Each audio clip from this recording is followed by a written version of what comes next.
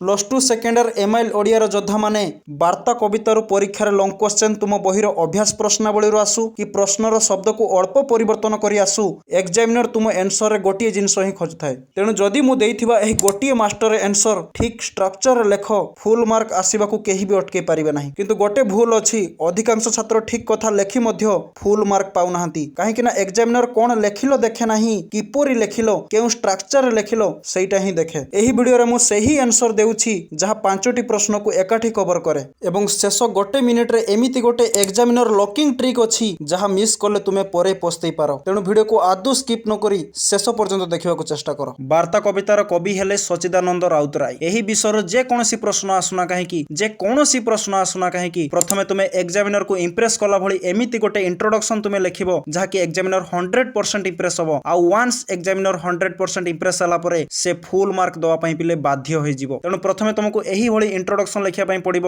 ଯେ ଆଧୁନିକ ଓଡ଼ିଆ କବିତାରେ ଯୁଗ ପରିବର୍ତ୍ତନଶୀଳ ଚେତନାର ଧ୍ୱଜବାହକ ଭାବେ ପ୍ରଗତିବାଦୀ ବୋଧ ଓ ଦୁର୍ଦ୍ଦଶ କାବ୍ୟଶିଳ୍ପ ମାଧ୍ୟମରେ କବିତାକୁ ନୂଆ ଦିଗନ୍ତ ଦେଇଥିବା କବି ସଚ୍ଚିଦାନନ୍ଦ ରାଉତରାୟଙ୍କ ଭୂମିକା ଓଡ଼ିଆ ସାହିତ୍ୟରେ ଗୁରୁତ୍ୱପୂର୍ଣ୍ଣ। ସେ 1916 ମସିହାରେ ଖୋର୍ଦ୍ଧା ଜିଲ୍ଲାର ଗୁରୁଜଙ୍ଗ ଗ୍ରାମରେ ଜନ୍ମଗ୍ରହଣ କରି 2004 ମସିହାରେ ଇହଲୀଳା ସମ୍ବରଣ କରିଥିଲେ। ରକ୍ତଶିଖା, ଚିତ୍ରଗ୍ରୀବ, ମଶାଣିର ଫୁଲ, ସାହିତ୍ୟରେ ମୂଲ୍ୟବୋଧ, ଉତ୍ତର କକ୍ଷ ପ୍ରମୁଖ ତାଙ୍କର କୃତି ଓଡ଼ିଆ ସାହିତ୍ୟକୁ ସମୃଦ୍ଧ କରିଛି। ବାର୍ତ୍ତା କବିତାଟି କବିଙ୍କ ପାଣ୍ଡୁଲିପି ଗ୍ରନ୍ଥରୁ ସଂଗୃହୀତ। ବାସ୍, ତୁମକୁ ଏତିକ ଲେଖି ସାରିବା ପରେ ତାପରେ ନେକ୍ସଟ ଦେଖିବ ପିଲେ, ଏଇଠି ବହୁତ ପିଲା ମିଷ୍ଟେକ୍ କରୁଛନ୍ତି କ'ଣ ନା ଯେ ଏଠାରେ କବି ଡେସ୍ ଡେସ୍ ଡେସ୍ ବିଷୟରେ ଆଲୋକପାତ କରିଛନ୍ତି ଯାହା ନିମ୍ନରେ ବର୍ଣ୍ଣିତ। ଦେଖ, ତୁମ ବହିରେ ଯେଉଁ 5ଗୋଟି ପ୍ରଶ୍ନରୁ ଯେକୌଣସି ପ୍ରଶ୍ନ ଆସୁନା କାହିଁକି ଏକ୍ସାମରେ, ଏଠାରେ ତୁମକୁ ଭଲସେ ମ୍ୟାଚିଂ କରିକି ଲେଖିବା ପାଇଁ ପଡ଼ିବ। ଯଦି ତୁମ ବହିରେ କ୍ୱେଶ୍ଚନ ନମ୍ବର 1 ଏକ୍ସାମରେ ଆସେ ଯେ ବାର୍ତ୍ତା କବିତାରେ କବି ଆଧୁନିକ ଜୀବନ ସମ୍ପର୍କରେ ଯେଉଁ ବାର୍ତ୍ତା ଦେଇଛନ୍ତି ଆଲୋଚନା କର, ତେଣୁ ତୁମକୁ ଏଠାରେ ଲେଖିବା ପାଇଁ ପଡ଼ିବ ଯେ ଏଠାରେ ବାର୍ତ୍ତା କବିତାରେ କବି ଆଧୁନିକ ଜୀବନ ସମ୍ପର୍କରେ ଯେଉଁ ବାର୍ତ୍ତା ଦେଇଛନ୍ତି ତାହା ନିମ୍ନରେ ବର୍ଣ୍ଣିତ। ତାପରେ ନେକ୍ସଟ ଯଦି ତୁମ ବହିରେ କ୍ୱେଶ୍ଚନ ନମ୍ବର 2 ଏକ୍ସାମରେ ଆସେ ଯେ ବାର୍ତ୍ତା କବିତାରୁ କବିଙ୍କ କାବ୍ୟ ଆଭିମୁଖ୍ୟ ଉପସ୍ଥାପନ କର, ତାହେଲେ ତୁମକୁ ଏଠାରେ ଲେଖିବା ପାଇଁ ପଡ଼ିବ ଯେଠାରେ ବାର୍ତ୍ତା କବିତାରୁ କବିଙ୍କ କାବ୍ୟ ଆଭିମୁଖ୍ୟକୁ ନିମ୍ନରେ ଉପସ୍ଥାପନ କରାଯାଇଛି। ତାପରେ ଯଦି ତୁମ ବହିରେ ଥିବା କ୍ୱେଶ୍ଚନ ନମ୍ବର 3 ଏକ୍ସାମରେ ଆସେ ଯେ ବାର୍ତ୍ତା କବିତାରେ କବି ଯେଉଁ ନୂତନ ପୃଥିବୀର ପରିକଳ୍ପନା କରିଛନ୍ତି ତାହାର ରୂପଚିତ୍ର ପ୍ରଦାନ କର, ତେଣୁ ତୁମକୁ ଏଠାରେ ଲେଖିବା ପାଇଁ ପଡ଼ିବ ଯେ ଏଠାରେ ବାର୍ତ୍ତା କବିତାରେ କବି ଯେଉଁ ନୂତନ ପୃଥିବୀର ପରିକଳ୍ପନା କରିଛନ୍ତି ତାହାର ରୂପଚିତ୍ର ନିମ୍ନରେ ପ୍ରଦାନ କରାଯାଇଛି। ତାପରେ ତୁମ ବହିରେ ଥିବା ଯଦି କ୍ୱେଶ୍ଚନ ନମ୍ବର 4 ଯଦି ଏକ୍ସାମରେ ଆସେ ବାର୍ତ୍ତା କବିତାର କବିଙ୍କ ସର୍ଜନଶୀଳତାର ବୈଶିଷ୍ଟ୍ୟ ଉପସ୍ଥାପନ କର, ତାହେଲେ ତୁମକୁ ଏଠାରେ ଭଲସେ ମ୍ୟାଚିଂ କରିକି ଲେଖିବା ପାଇଁ ପଡ଼ିବ ଯେ ଏଠାରେ ବାର୍ତ୍ତା କବିତାରେ କବି ଯେଉଁ ନୂତନ ପୃଥିବୀର ପରିକଳ୍ପନା କରିଛନ୍ତି ତାହାର ରୂପଚିତ୍ର ନିମ୍ନରେ ପ୍ରଦାନ କରାଯାଇଛି। ଏକ୍ସାମରେ କ୍ୱେଶ୍ଚନ ଯେଉଁଭଳି ଭାବରେ ଆସୁନା କାହିଁକି ତୁମକୁ ଏଠାରେ ଭଲସେ ମ୍ୟାଚିଂ କରିକି ଲେଖିବା ପାଇଁ ପଡ଼ିବ। ତାପରେ ଯଦି ତୁମ ବହିରେ ଥିବା କ୍ୱେଶ୍ଚନ ନମ୍ବର 5 ଯଦି ଏକ୍ସାମରେ ଆସେ ଯେ ଜୟ ଲଭୁ କୁଶର ସାଧନା ଉକ୍ତିରେ ସମଗ୍ର କବିତାର ଭାବାଦର୍ଶ କିପରି ପ୍ରତିଫଳିତ ଆଲୋଚନା କର, ତାହେଲେ ତୁମକୁ ଏଠାରେ ଭଲସେ ମ୍ୟାଚିଂ କରିକି ଲେଖିବା ପାଇଁ ପଡ଼ିବ ଯେ ଏଠାରେ ଜୟ ଲଭୁ କୁଶର ସାଧନା ଉକ୍ତିରେ ସମଗ୍ର କବିତାର ଭାବାଦର୍ଶ କିପରି ପ୍ରତିଫଳିତ ହୋଇଛି ତାହା ନିମ୍ନରେ ଆଲୋଚିତ। କ୍ୱେଶ୍ଚନ ଯେମିତି ଆସୁନା କାହିଁକି ତୁମକୁ ଏଠାରେ ଭଲସେ ମ୍ୟାଚିଂ କରିକି ଲେଖିବା ପାଇଁ ପଡ଼ିବ। ତାପରେ ତୁମେ ଲେଖିବ ଯେ କବିତାରେ ବାର୍ତ୍ତା ବୋଲି କୁହାଯାଇଥିବା ସନ୍ଦେଶ କୌଣସି ରାଜା ବା ଦେବାଦେବୀଙ୍କର ଆଦେଶ ନୁହେଁ ବରଂ ଶତାବ୍ଦୀର ସିଂହଦ୍ୱାରରୁ ଆସିଥିବା ଏକ ବୈପ୍ଳବିକ ଚେତନା। ଏହି ବାର୍ତ୍ତା ମଣିଷକୁ ମଣିଷ ପଣିଆ ଚିହ୍ନିବାର ପଥ ଦେଖାଏ। ଏଠାରେ କବି ପଦ୍ମଶ୍ରୀ ସଚ୍ଚିଦାନନ୍ଦ ରାଉତରାୟ ଆଧୁନିକ ସମାଜରେ ଚାଲି ଆସୁଥିବା ଶୋଷଣ, ଅତ୍ୟାଚାର ଓ ବୈଷମ୍ୟ ପ୍ରତି ଗଭୀର ଅସନ୍ତୋଷ ପ୍ରକାଶ କରିଛନ୍ତି। କବିତା ମାଧ୍ୟମରେ ସେ ଶୋଷିତ, ଦଳିତ, ଖଟିଖିଆ ଓ ସର୍ବହରା ମଣିଷମାନଙ୍କୁ ଜାଗ୍ରତ କରିବାକୁ ଚାହିଁଛନ୍ତି। ଯୁଗ ଯୁଗ ଧରି ଚାଲି ଆସୁଥିବା ମାଲିକ ମୂଲିଆ, ଶୋଷକ ଶୋଷିତର ପ୍ରଭେଦକୁ ଧ୍ୱଂସ କରି ସମାନତା ଆଧାରିତ ସମାଜ ଗଠନ କରିବା ହେଉଛି ଏହି କବିତାର ମୂଳ ଉଦ୍ଦେଶ୍ୟ। କବି ଶୋଷିତ ମଣିଷମାନଙ୍କୁ ମାଟିର ପତଙ୍ଗ ବୋଲି ସମ୍ବୋଧନ କରି ସେମାନଙ୍କର ଦୟନୀୟ ଜୀବନକୁ ଚିତ୍ରଣ କରିଛନ୍ତି। ସେମାନେ ରକ୍ତକୁ ପାଣି କରି ପରିଶ୍ରମ କରିଥିଲେ ମଧ୍ୟ ନିଜର ଅଧିକାର ସମ୍ପର୍କରେ ସଚେତନ ନଥିଲେ। ତେଣୁ କବି ସେମାନଙ୍କୁ ଆହ୍ୱାନ ଦେଇଛନ୍ତି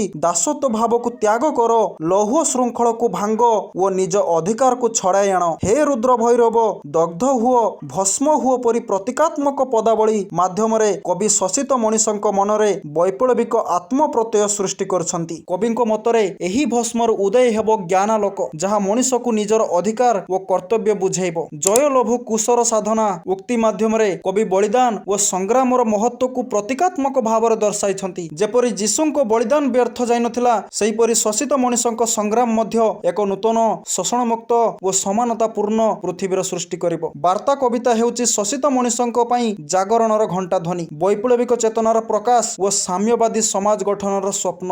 ବାସ୍ ଏତିକ ତୁମକୁ ଲେଖି ସାରିବା ପରେ ଶେଷରେ ତୁମକୁ ଗୋଟେ ବୁଲେଟ୍ ପଏଣ୍ଟ ଲେଖିବା ପାଇଁ ପଡ଼ିବ ଯେ ଉକ୍ତ କବିତାଟି ବେଶ୍ ହୃଦୟସ୍ପର୍ଶୀ। କିନ୍ତୁ ତୁମେ ଜାଣି ରଖ, ଏହି ଯେଉଁ କ୍ୱେଶ୍ଚନର ଯେଉଁ ଉପକ୍ରମ ମୁଁ ତୁମମାନଙ୍କୁ ଦେଇଛି, ଏଇଟାକୁ ପୁରା ଏକ୍ଜାକ୍ଟଲି ପୁରା ଏହିଭଳି ଲେଖିବା ପାଇଁ ଚେଷ୍ଟା କରିବ। ଏହିଭଳି ଲେଖିଲେ ହିଁ ଏକ୍ଜାମିନର 100% ପିଲେ ଇମ୍ପ୍ରେସ୍ ହେବ। ଆଉ ଯେଉଁମାନଙ୍କର ଏହି ବିଷୟର ସାରାଂଶ ପୁରା ସମ୍ପୂର୍ଣ୍ଣ ଭାବରେ ହେଇଯାଇଛି ତ ଭଲ କଥା, ତୁମେମାନେ ତୁମ ନିଜ ଭାଷାରେ ମଧ୍ୟ ତୁମେମାନେ ଲେଖିପାରିବ। ହେଲେ ଜାଣି ରଖ, କ୍ୱେଶ୍ଚନ୍ ଯାହା ମାଗିଛି, କ୍ୱେଶ୍ଚନ୍ର ଯେଉଁ ଶବ୍ଦ ଗୁଡ଼ିକ ଯେଉଁ ଅଛି, ସେହି ଶବ୍ଦ ଗୁଡ଼ିକ ତୁମ ଏନ୍ସର୍ରେ ପାରାଗ୍ରାଫରେ ହେଉ କିମ୍ବା ଶେଷ କଥାରେ ହେଉ ଯେଇଠି ହେଲେ ରିପିଟ୍ ଯେମିତି ହେଉଥିବ। ହେଲେ କ'ଣ ହେବ, ଏକ୍ଜାମିନର ଖାତା ଦେଖିଲେ ହିଁ କ୍ୱେଶ୍ଚନ୍ର ଯେଉଁ ଶବ୍ଦ ଗୁଡ଼ିକ ଅଛି, କ୍ୱେଶ୍ଚନ୍ର ଯେଉଁ କିୱାର୍ଡସ୍ ଗୁଡ଼ିକ ଅଛି, ସେ ଏନ୍ସର୍ରେ ସେ ଦେଖିବା ପାଇଁ ପାଇବ। ତାପରେ ସେ ଭାବିବ ଯେ ହଁ, ପିଲାଟି ବହୁତ ସୁନ୍ଦର ଭାବରେ ଲେଖିଛି, କାହିଁକିନା କ୍ୱେଶ୍ଚନ୍ ଯାହା ମାଗିଛି ପିଲାଟି ଏନ୍ସର୍ ତାହା ମଧ୍ୟ ଲେଖିଛି। କିନ୍ତୁ ଯଦି ତୁମେମାନେ ମୋର ଦେଇଥିବା ଏନ୍ସର୍କୁ ତୁମେମାନେ ଯଦି ଫଲୋ କରିବ, ଏଥିରେ ମୁଁ ସବୁ କ୍ୱେଶ୍ଚନ୍ର ପଏଣ୍ଟ, ସବୁ କ୍ୱେଶ୍ଚନ୍ର କିୱାର୍ଡକୁ ପୁରା A to Z ପୁରା କଭର୍ କରିଛି। କାହିଁକିନା ଏଠାରେ କବି ଓ କବିତାର ପରିଚୟ ଏବଂ କବିଙ୍କ ଆଭିମୁଖ୍ୟ ଏବଂ ପ୍ରଗତିଶୀଳ ବା ସାମ୍ୟବାଦୀ ଚେତନାର ସ୍ପଷ୍ଟ ଭାବରେ ତାକୁ ଲେଖାଯାଇଛି ଏବଂ ଶୋଷକ ଶୋଷିତ ମାଲିକ ମୂଲିଆ ଧାରଣା କଭର୍ ହୋଇଛି। ପ୍ରତୀକ ଯେମିତି ମାଟିର ପତଙ୍ଗ, ରୁଦ୍ର ଭୈରବ, ଭସ୍ମ ଆଦି ଶବ୍ଦ ଗୁଡ଼ିକ ଉଲ୍ଲେଖ ଅଛି। ଜୟଲଭୁ କୁଶର ସାଧନାର ଅର୍ଥ ଭାବ ମଧ୍ୟ ଆଡ୍ ଅଛି। ସମଗ୍ର କବିତାର ଭାବାଦର୍ଶ ପ୍ଲସ୍ ସନ୍ଦେଶ ପ୍ଲସ୍ ନୂତନ ପୃଥିବୀ, କହିବାକୁ ଗଲେ ମୁଁ ସବୁ କିଛି ହିଁ A to Z ପୁରା ଫ୍ଲୋ ଭାବରେ ପୁରା ମୁଁ କଭର୍ କରିକି ତୁମମାନଙ୍କ ପାଇଁ ମୁଁ ଆଣିଛି। ତେଣୁ ତୁମେମାନେ ମଧ୍ୟ ଏହାକୁ ମଧ୍ୟ ଲେଖିପାରିବ, କୌଣସି ବାଧା ଆସିବ ନାହିଁ। ଏକ୍ଜାମିନର 100% ଇମ୍ପ୍ରେସ୍ ହେବ ଏବଂ ସେ ଫୁଲ୍ ମାର୍କ ଦେବା ପାଇଁ ପୁରା ବାଧ୍ୟ ହୋଇଯିବ। ହାଫ୍ ମାର୍କ କାଟିବା ତ ଦୂର କଥା, ମାର୍କ କାଟିବାର କୌଣସି ପ୍ରକାର ତା ମାଇଣ୍ଡକୁ କେବେ ଚାନ୍ସେସ୍ ହିଁ ଆସିବ ନାହିଁ। କାହିଁକିନା ଏକ୍ଜାମିନର ସବୁବେଳେ ଚିନ୍ତା କରେ ଷ୍ଟୁଡେଣ୍ଟ କବିତାଟିକୁ ଭଲସେ ବୁଝିଛି ନା ନାହିଁ, ଉତ୍ତର ଗୁଡ଼ିକୁ ସ୍ପଷ୍ଟ ଭାବେ ଲେଖିଛି ନା ନାହିଁ ଏବଂ ଉତ୍ତର ଗୁଡ଼ିକୁ ଭଲ ଷ୍ଟ୍ରକ୍ଚରରେ ଲେଖିଛି ନା ନାହିଁ। ଏକ୍ଜାମିନର ସବୁବେଳେ ଷ୍ଟ୍ରକ୍ଚରକୁ ହିଁ ଫଲୋ କରେ ଏବଂ ଏକ୍ଜାମିନର ଯେଉଁ ତୁମମାନଙ୍କର ଏନ୍ସର୍ ଦେଖିବ ନା, ପ୍ରଥମ 5 ଲାଇନ୍ ଦେଖିକି ସେ ଇମ୍ପ୍ରେସ୍ ହେଇଯାଇଥାଏ ଏବଂ ୱାନ୍ସ ଇମ୍ପ୍ରେସ୍ ହେଇଗଲା ପରେ ତୁମ ଖାତାରୁ 1 ମାର୍କ କଟିବା ତ ଦୂର କଥା, ହାଫ୍ ମାର୍କ ମଧ୍ୟ କଟେ ନାହିଁ ଏବଂ ଫୁଲ୍ ମାର୍କ ଦେବା ପାଇଁ ସେ ପୁରା ବାଧ୍ୟ ହୋଇଯାଏ। ତେଣୁ ସମସ୍ତେ ଟ୍ରାଏ କରିବ ଏହାକୁ 1.5 ପେଜର ଲେଖିବା ପାଇଁ ଏବଂ 10 ମିନିଟ୍ ଭିତରେ ସାରିବା ପାଇଁ ଏବଂ ଏକ୍ଜାମରେ ଲେଖିବା ପୂର୍ବରୁ ଘରେ ଯେତେ ପାରୁଛ ଏହାକୁ ପ୍ରାକ୍ଟିସ୍ କର। ତେଣୁ ତୁମକୁ ଏହିଭଳି ଭାବରେ ଲେଖିବାର ଅଛି, ଏକ୍ଜାମିନର ମନକୁ କିଣିବାର ଅଛି ଆଣ୍ଡ ଏକ୍ଜାମରେ ତୁମକୁ ଜିତିବାର ଅଛି। ତେଣୁ ମୁଁ ନେକ୍ସଟ ଭିଡ଼ିଓରେ ପୁଷ୍ପପୁରର ବର୍ଷାବରଣ ଠିକ୍ ଏହିଭଳି ଭାବରେ ମଧ୍ୟ ଆଣୁଛି। ତାପରେ ମୁଁ ଅପସନାଲ ଓଡ଼ିଆର ଥିବା ବିଷୟ ଗୁଡ଼ିକ ଯାହାକି ଏହି ବର୍ଷ ପାଇଁ ଯେଉଁଗୁଡ଼ିକ ଇମ୍ପୋର୍ଟାଣ୍ଟ ଅଛି, ମୁଁ ସେଇଗୁଡ଼ିକ ଆଣିବା ପାଇଁ ଯାଉଛି। ତେଣୁ ଭିଡ଼ିଓକୁ ଯେତେ ମାତ୍ରାରେ ପାରୁଛ ନିଜ ସାଙ୍ଗସାଥୀମାନଙ୍କ ପାଖରେ ସେୟାର କର ଏବଂ ଆଗାମୀ ଭିଡ଼ିଓ ପାଇଁ ଚ୍ୟାନେଲକୁ ସବସ୍କ୍ରାଇବ୍ କର। ତେଣୁ ଆଜିକା ପାଇଁ ଏତିକ ପିଲେ, ଦେଖା ହେବା ଆଗାମୀ ଅଧ୍ୟାୟରେ ଏକ ନୂଆ ଭିଡ଼ିଓ ମାଧ୍ୟମରେ।